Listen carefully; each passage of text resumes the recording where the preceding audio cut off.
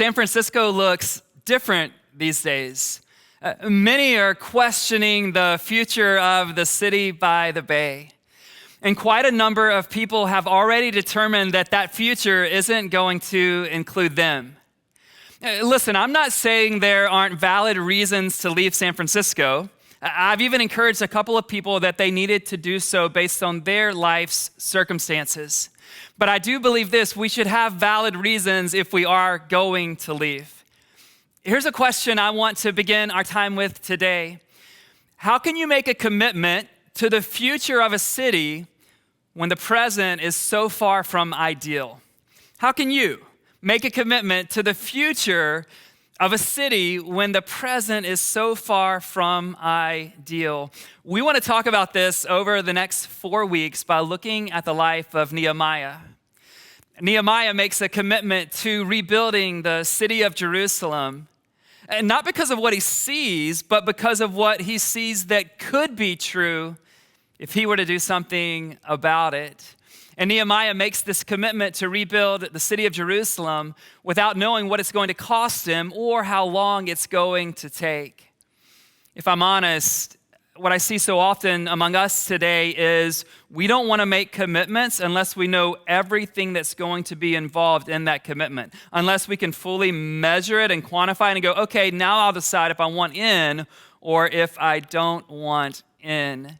This past Sunday, I heard a great quote from John Tyson. John is the lead pastor of Church of the City in New York, and as he began to talk to his church, like I'm talking to our church today about regrouping and relaunching and rebuilding, he said this statement, and I love this statement. He said this: "You're not afraid of the future when you're willing to shape it."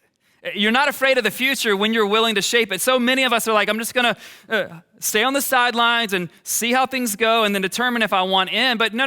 I'm not going to get fixated on what things look like today. I want to be a part, and I want you to join me and all of us to come together to be a part of actually shaping the future that we want for our lives, for our church community, as well as for the city of San Francisco. When we started Epic Church, I've got to tell you, I didn't know everything I was committing to. I'm not sure I would have made the commitment. Just kidding. We didn't know everything that we were committing to start this church from scratch. But we did know this: we were in. And being in means you do whatever it takes. And then, of course, you ask God to do whatever it's going to take that you cannot do, that he would show up and do something in your midst. And this is how we started it. And I want to ask us this question: can we make a commitment to San Francisco when we don't know how much it will cost us or how long it will take? Like, can we even do this? Can we make a commitment to San Francisco's future when we don't know what it will cost us or how long it will take? That's what I want to learn from Nehemiah today. And I want to begin in chapter 1, verses 1 through 11, which is the entirety of chapter 1. And I just want you to know, as we come into Nehemiah's story, it's 445 BC. And Nehemiah is going to get news about a group of people and about a place that's going to alter his personal future and alter the future of Jerusalem. In Nehemiah chapter 1, verse 1, we read these words: "The words of Nehemiah, son of Hakaliah. In the month of Kislev, in the 20th year, while I was in the citadel of Susa, Hanani, one of my brothers, came from Judah with some other men. And I questioned them about the Jewish remnant that had survived the exile and also about Jerusalem. They said to me, 'Those who survived the exile and are back in the province are in great trouble and disgrace. The wall of Jerusalem is broken down and its gates have been burned with fire.' When I heard these things, when he heard about the current reality of Jerusalem, I sat down and wept. For some days I mourned and fasted and prayed before the God of heaven. Then I said, 'Lord, the God of heaven, the great and awesome God who keeps his covenant of love with those who love him and keep his commandments, let your ear be attentive and your eyes open to hear the prayer your servant is praying before you day and night for your servants, the people of Israel. I confess the sins we Israelites including myself and my father's family, have committed against you. We have acted very wickedly towards you. We have not obeyed the commands, decrees, and laws you gave your servant Moses. Remember the instruction you gave your servant Moses, saying, if you are unfaithful, I will scatter you among the nations. But if you return to me and obey my commands, then even if your exiled people are at the farthest horizon, I will gather them from there and bring them to the place I have chosen as a dwelling for my name. Nehemiah speaking to God, they are your servants and your people, whom you redeemed by your great strength and your mighty hand. Lord, let your ear be attentive to the prayer of this your servant and to the prayer of your servants who delight in revering your name. Give your servant success today by granting him favor in the presence of this man. And then he notes at the end, I was cupbearer to the king. It's 445 BC when Nehemiah gets word that Jerusalem is in trouble.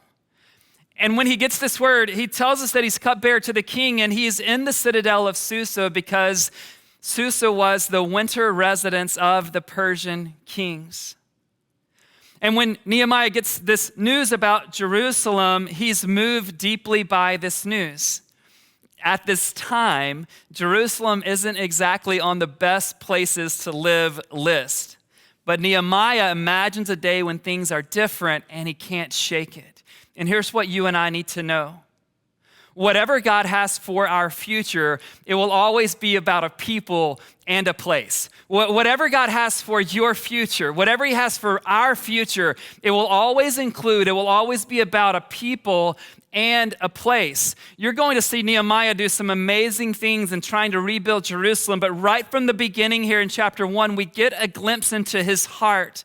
I love this in verse 2. It says, Nehemiah, who's far from Jerusalem, he says, I questioned them about the Jewish remnant that had survived, and I also questioned them about Jerusalem.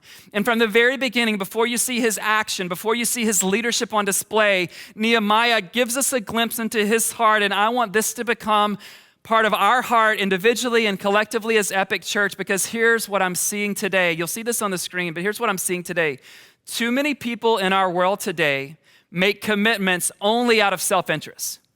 Too many people in our world today make commitments only out of self-interest. And I am concerned about this, and you should be concerned about this. I see this coming from the White House. I see it at the state level. I see it in local politics. I see it with Democrats. I see it with Republicans. I see this with corporations. I see it throughout the city of San Francisco. I see it in churches across our nation and world. And at times I even see it within our own church here at Epic. Have we forgotten that the way of Jesus is the exact opposite way of the way of self-interest? And I love what Nehemiah is showing us. It's not just about his future because he's doing okay. He's not affected personally by what's going on in Jerusalem, but he has way more than just a self-interest. He's interested in a people and he's interested in a particular city. How about you? How about you? When Nehemiah understands about the remnant, by the way, a remnant is a small remaining quantity of something. So he's asking about the remnant, those who are still there in Jerusalem, who haven't been dispersed or exiled away from the city. He's like, how are they? And he understands that they're in trouble and that the city is broken down. Now, if you haven't been to downtown San Francisco lately, let me give you some pictures so you can see that we're kind of broken down right now too. Take a look at these.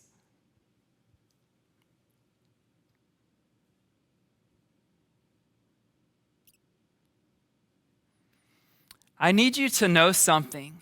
These images are not what get me out of bed every morning.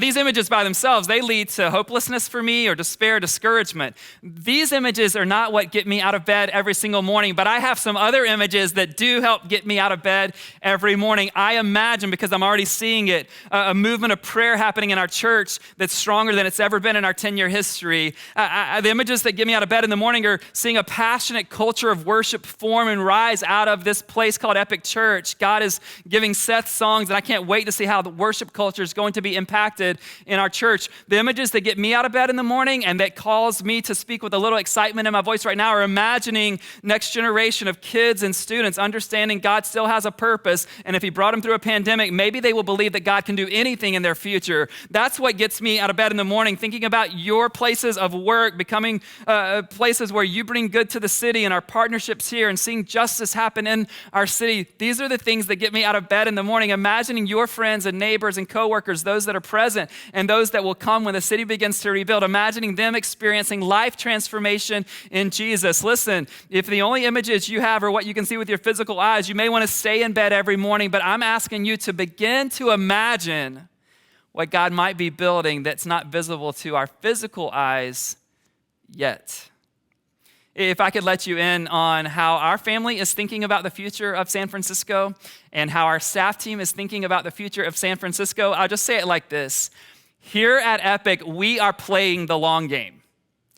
Here at Epic, we are playing the long game. For whatever reason, God has confirmed his calling. When I go to ask God about if our future is still here, I promise you, it's in my spirit as though he doesn't even let me finish the question. He's like, Ben, of course, now let's just talk about what kind of future that's going to be. We're playing the long game, which means we're not just thinking short term. We are thinking years and we are thinking decades. And when you're playing the long game, whether it's in investing or parenting, you make very different kinds of decisions, both in the short term, medium term, and long term. We're playing the long game. And here's what I want to invite you into. I want to invite you to come on board and passionately help us rebuild this church and rebuild this city. But you need to understand that your passion and my passion isn't by itself going to be enough to sustain us over the long haul. You see, we need something else.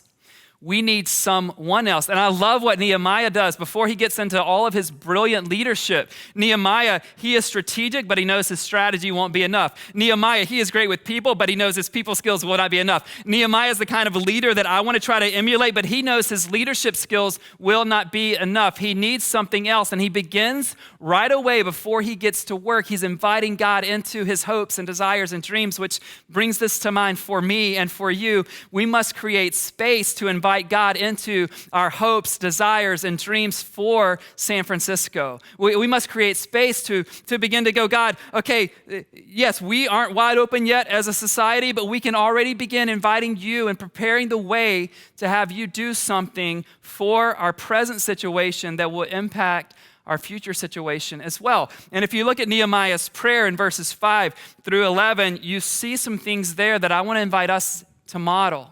I want to invite us to live out. Nehemiah begins by saying, you are the great and awesome God. Nehemiah begins by pointing to the character of God. Let me ask you this. Do you think Nehemiah calls out God's character to remind God or to remind Nehemiah?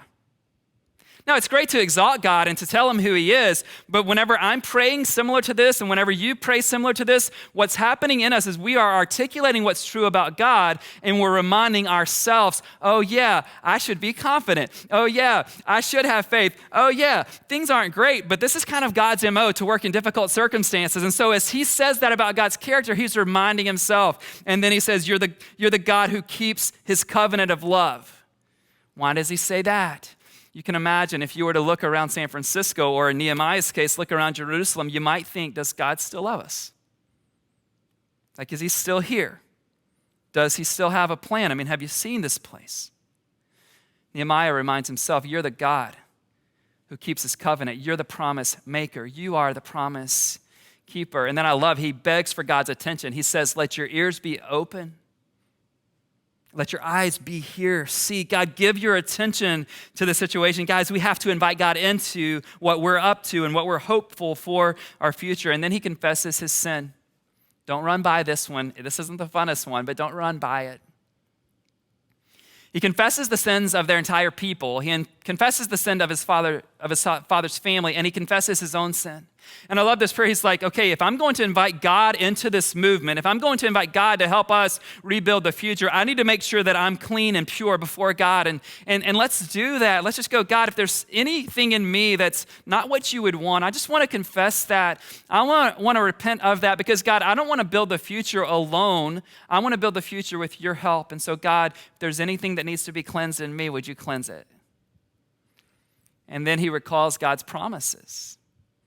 God, you told Moses that even if we were as far away from you as possible and we returned, you would bring us back. And then he prays for success. God, would you give me success? And then he asks God for God's favor. I love the prayer for favor, and we've said this over the last decade, and I want to give it to you as a reminder, or if you're new to the Epic community, welcome, but here's what we've said for a long time. God's favor is what we want most. God's favor is what we want most. When God's favor resides on a life, on a marriage, on a family, on a church, on a community, it is the greatest distinction. God's favor makes the impossible more than possible. God's favor makes the darkness turn into light. God's favor gets you jobs that you honestly weren't qualified for. God's favor has gotten us spaces as a church, and so many of our leaders in our church, his favor has gotten them into great housing situations. God's favor is what we want most. And here's the thing you need to know if you aren't aware of how God's favor works. One of the biggest ways God gives us favor is by moving the hearts of people in power. One of the biggest ways God gives us his favor is by moving the hearts of people in power. And here's a verse you need to know. It's in Proverbs 21, verse 1. It says this, "In the Lord's hand, the king's heart is a stream of water that he, the Lord, channels toward all those who please him." I love this idea. Yeah, the king, the most powerful person, the most powerful kinds of positions, whether it's in your company or here locally or at the national level or the global level, those in power, you think that they hold all the cards. But Proverbs 21:1 says, no, here's the thing. In the Lord's hand, the king's heart is a stream of water that the Lord channels towards who? Toward all those who please him. And Nehemiah's like, by the way, I'm cupbearer to the king, and God, I need your favor so that I can get his favor. Where do you need God to give you favor? With whom do you need God to give you favor? Could it be your company? You need favor from your company because of your current predicament. Maybe you're unemployed and you need favor from the people that you hope will hire you. Maybe you need favor from the school officials at your child's school so that you guys as a family can get on with what you need to get on with. We certainly as a church are praying for God's favor when it comes to property, that he would give us wisdom, but also that he would perhaps move in someone's heart who owns a building and they would hear about what we're looking for and God would be like, boom, this is it. God's favor makes anything possible. And then Nehemiah, I love this, he prays for success. Some of you are like, I didn't know we could pray for that. Others of you are like, oh, I know what it's like to pray for success, but you know what you know? You know what it's like to pray for success that's only about you. I know what it's like to pray for success. Sometimes it's only about Ben.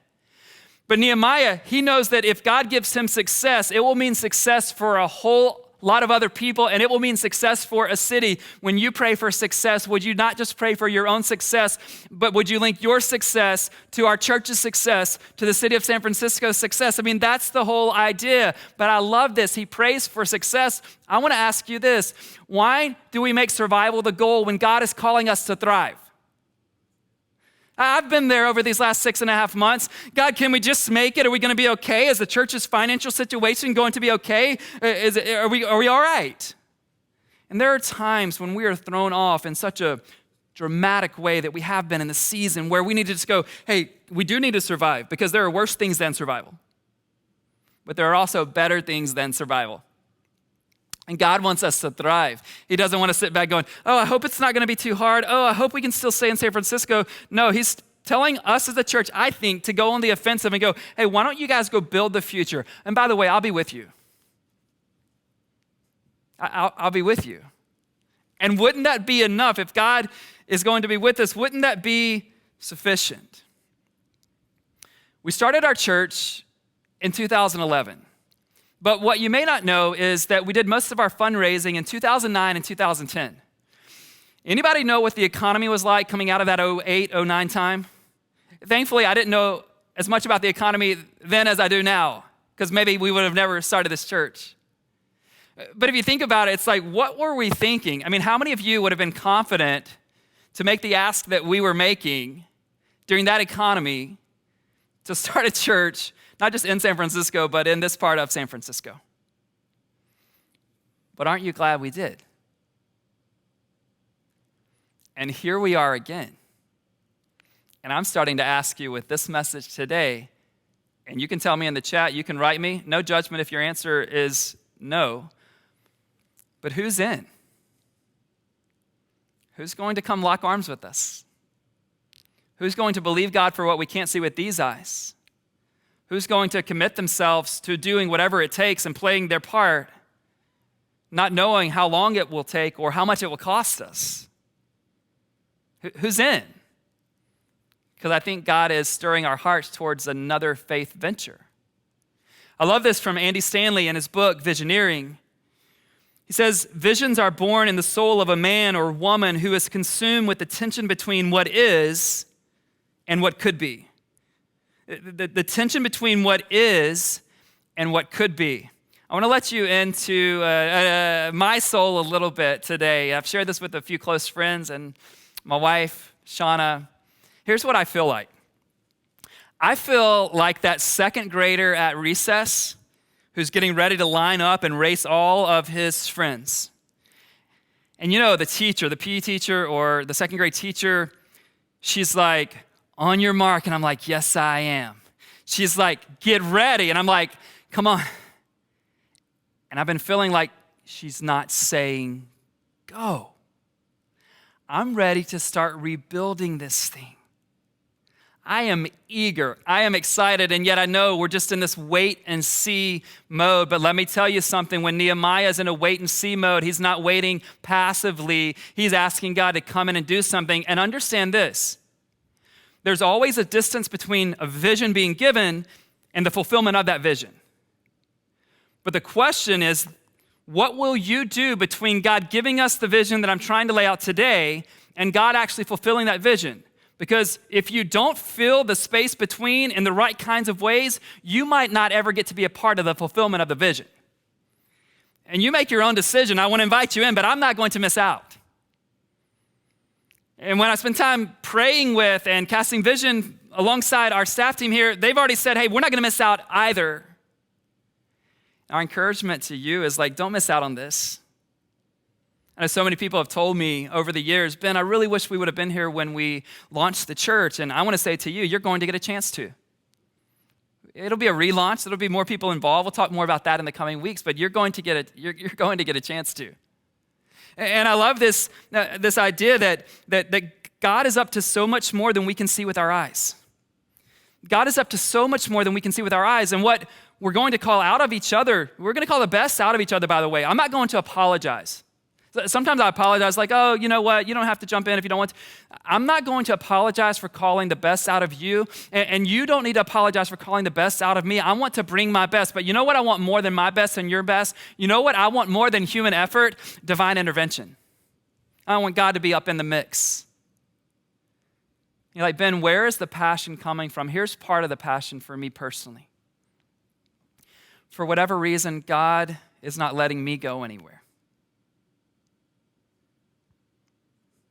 God continues to clarify and confirm his calling for me. I'm thankful to have friends that are running the race with me.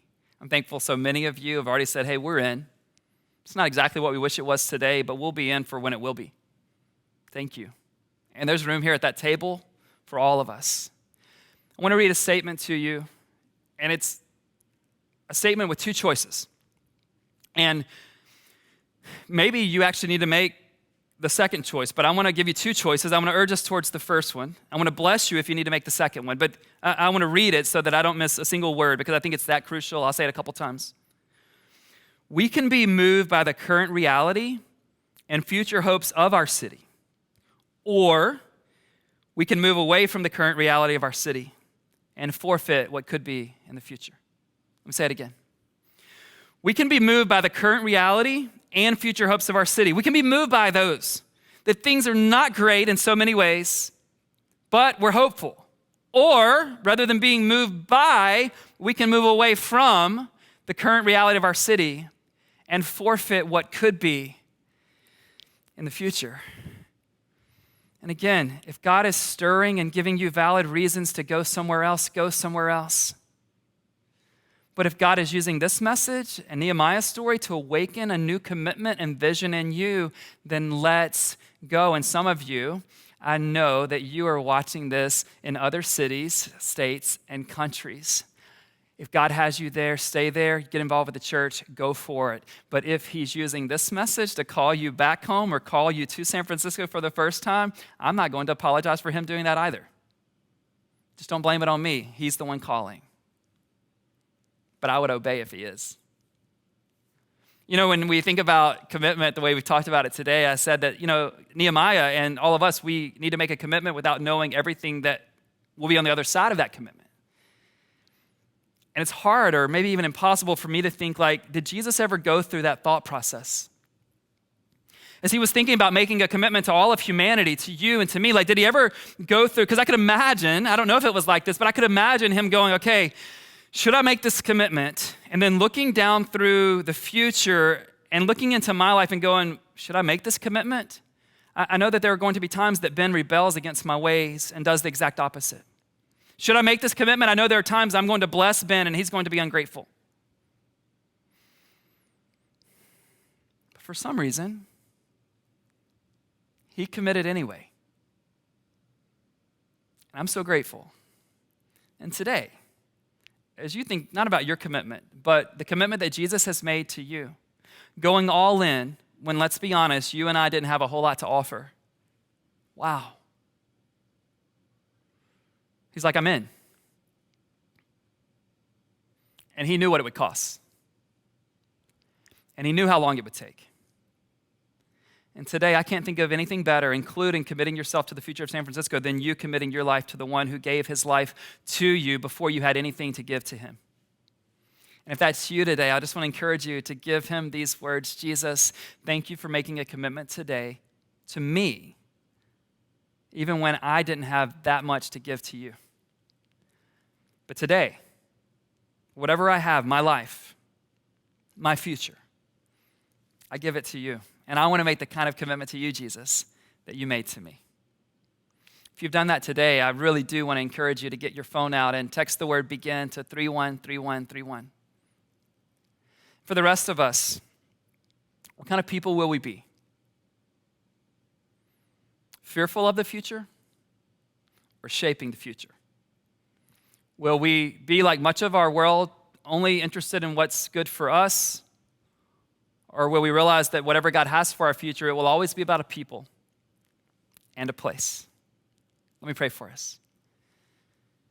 God, thank you for what you're stirring in my own heart in this moment. God, thank you for what you're calling to rise up in the hearts and minds of people who are watching right now. God, when I look back at what we were trying to do as we moved here in 2010 and starting this church in 2011, I'm blown away. And so, God, having lived through that, may I not be a person who goes, I'm not sure if God's going to help us in the future. God, I'm here. And God, we're here. And we're willing to do whatever it is you want us to do. Would you give us more than the images we can see with our physical eyes? Would you begin to stir and paint some pictures with our spiritual eyes that can be seen? We want to say yes to whatever you have. In Jesus' name, amen. One of the things Nehemiah knew is that if he was going to build the kind of future he wanted to build, he was going to have to give some of what he had been given. I mean, let's be honest, for a guy like Nehemiah, he was going to have to give a lot of what he had been given. And the same is true for us. The way we've been able to build Epic over the past decade is because people were willing to be generous. And so many of you, hundreds of you, are doing that in this season, and you're helping us build the future. And for those of you who haven't been involved in that way yet, let me invite you in to come help us build this glorious future. You can give today by following the text prompt on the screen. You can go to our website and give as well. And again, thank you for those of you who are building the future in really an incredible way. There's some of you who you really want to stay in San Francisco, or you want to be able to come back to San Francisco, but there are some needs. I am not saying that we can take care of every need that you have, but please don't say no to San Francisco without first letting us know of what your need is. Go to our website, click the Have a Need image, and let us know what your needs are, and we'll be able to see if we can respond and meet your needs. Seth and the band are going to lead Waymaker, and I love the words of this song because it's everything we've been talking about today. God, make a way, even though we can't see it with our physical eyes yet, and this deep belief that, God, even when we don't see it, help us be confident that you are still at work. Let's respond.